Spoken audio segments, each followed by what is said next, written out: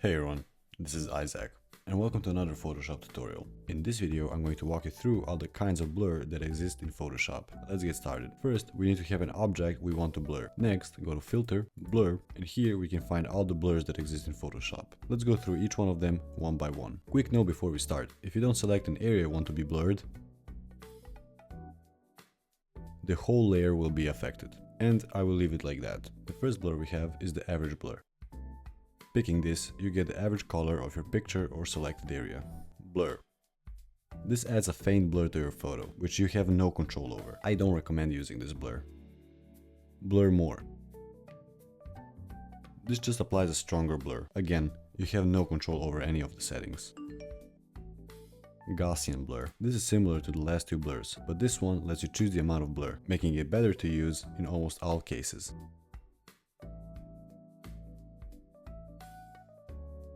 Lens blur. Lens blur lets you create the effect of an actual camera lens's blurriness. Here you have the option for the depth map, the iris, the specular highlights, and the noise.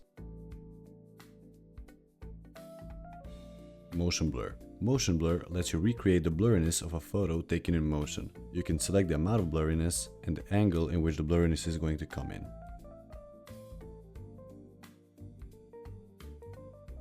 Radial blur. This lets you make circular blurs with the option to control the amount, blur method, which there is spin or zoom, and the quality, which is draft, good, and best.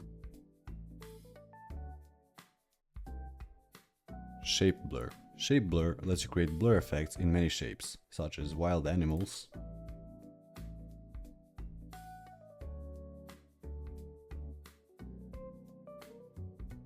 smart blur. Smart blur is another blur which gives you plenty of control, and the end result looks like an oil painting.